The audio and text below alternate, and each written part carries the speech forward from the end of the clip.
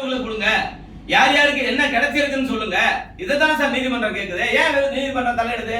நீதிமன்றத்தை ஏன் தப்பாக சொல்றாங்களா? அவர்கள் நீங்க செய்கின்ற பணியை முழுமை செய்து கொடுங்கன்னு கேட்கறாங்க. இதுல என்ன தவறு இருக்கு? அவசர கதிக்கு ஏதோ ஓட்டு வாங்கறதுக்காக, தேர்தல் கருத்துக்காக, தேர்தலில் வாக்கு வங்கிக்காக நீங்க பண்ணா அந்த வேலைகள் அப்படிதான் இருக்கும். அது யார் பொறுப்பு? ஆட்சியாளர் தான் பொறுப்பு. இதுல என்ன சார் குறை இருக்கு? இப்ப தமிழ்நாட்டில் எப்படி சார் 3 இப்ப அருந்ததியர் மக்கள் 3% அந்த அவங்களும் தனியா அந்த 3% எடுத்துக்கலாம், இந்த 15% வந்துக்கலாம். அப்ப எப்படி சார் அது செல்லுபடியாச்சு?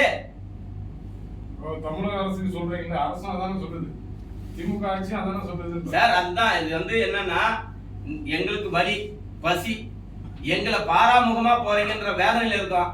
எங்களுடைய நிலை என்னன்னு தெளிவா எடுத்து சொல்லுங்க சார். ஐயா, மாநில அரசே செய்யலாமே இது சென்சஸா கூட இருக்கட்டுமே.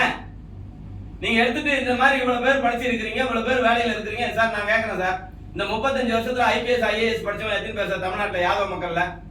நான் சாதியா பேசல சார், சாதி வெறி கிடையாது சார், பாதிக்கப்பட்டவனுக்காக பேசுறேன் சார். இது எந்த வகையில சார் நியாயமானது?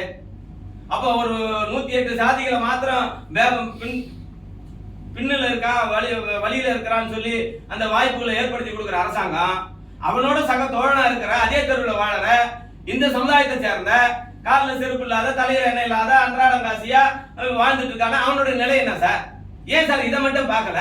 அப்போ கேட்பாரு, யாரு கேட்கிறாங்களோ, யாரு அராஜகம் பண்ணி போராட்டங்கள் நடத்துறாங்களோ, சாலைக்கு வர்றாங்களோ, சட்டத்தை மீறுறாங்களோ அவர்களுக்கு செய்யணும்னு நினைக்கிற அரசு. அப்ப இதெல்லாம் நாங்க செய்ய மாட்டோம்னு நினைக்கிறீங்களா? இதுதான் எங்க கேள்வி. நாங்க சட்டத்தை கத்து கொடுத்தவங்க, சட்டத்தை மதிக்கக்கூடியவங்க, எங்களுக்கு இந்த மண்ணின் பெருமையும் அருமையும் தெரியும். பொது சொத்தை ஒழிக்க கூடாது, நம்ம சொத்துன்னு நினைக்கிறோம். எங்களுக்கு அந்த மாதிரி தப்பா போகணும்ன்ற நோக்கம் இல்லை. அதனால நாங்க அமைதி வழியில கேட்கிறோம். ஏன் நீங்க அரசாங்கத்தை கண்டுக்காம இருக்கிறீங்க? இது எந்த வகையில் நியாயமானது? இது முதலமைச்சருக்கு நன்றாக தெரியுமே. ஏன் இதை செய்து கொடுக்க கூடாது? இல்ல இதுக்கு உள்ஒதுக்கீடு அது வரைக்கும் கொடுங்க. இந்த சமுதாயத்துக்கு ஒரு உள்ஒதுக்கீடு கொடுங்க. 26% தான் இன்னைக்கு இருக்குது. 69% இன்னைக்கு 18+1 SC/ST பிரிவு போயிருக்கு. மீதம் இருக்கிற 50%. இந்த 50%த்துல 1989 நீங்க ஒரு குறிப்பிட்ட 108 சாதிகளை இந்த பிற்படுத்தப்பட்ட மக்கள் இருந்து பிரிச்சு அதை 20% கொடுத்துட்டீங்க. அதுல நாங்க பாதிக்கப்பட்டதே போராடிட்டு இருக்கிறோம். எங்களை வழக்கு மன்றத்துக்கு போங்க, கோர்ட்டுக்கு போங்கன்னா, கோர்ட்டுக்கு போனா மட்டும் என்ன சார் கிடைக்கும்? அரசாங்கம் தான் சட்டமன்றத்தில் சட்டத்தை நிறைவேற்றாம நீங்க தள்ளி விடணும்னு நினைக்கிறது எந்த வகையில் நியாயம்? இருக்கிற 30லயும் மாண்புமிகு கலைஞர் அவர்கள் 3% 2 பிரிவுக்கு கொடுத்தாரு. அதுல ஒருத்தர் வேணாம் திருப்பி கொடுத்துட்டாங்க, ஒரு பிரிவுக்கு 3 எடுத்துக்கிட்டாங்க, மீதி 26 இருக்கு. இந்த 26ல எத்தனை சாதி இருக்கு, எவ்வளவு மக்கள் தொகை இருக்காங்க, இவர்களுக்கு முழுமை போய் சேருதா, இவர்கள் அதில் அனுபவிக்கிறார்களா, அவர்களுக்கு கல்வி கிடைக்குதா? யார் சார் பார்க்கணும்? அரசாங்கம் தான் பார்க்கணும். மாநில அரசு வலியுறுத்த சொல்றீங்க மத்திய அரசு. சார், மாநில அரசுவே செய்யலாம்னு சொல்றோம். வலியுறுத்து தான் பண்ணிட்டாரு, சட்டமன்றத்துல தீர்மானம் நிறைவேற்றிருக்காரு முதலமைச்சர்.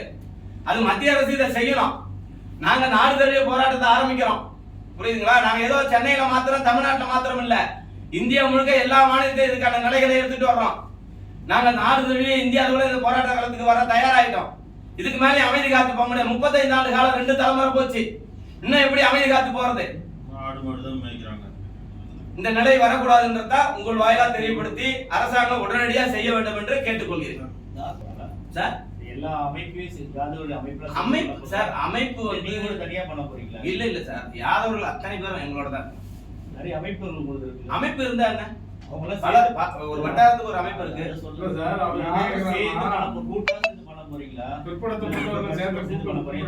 எல்லா சங்கங்களும் எங்க கட்சி கூட வந்து இணைஞ்சு செய்யறாங்க.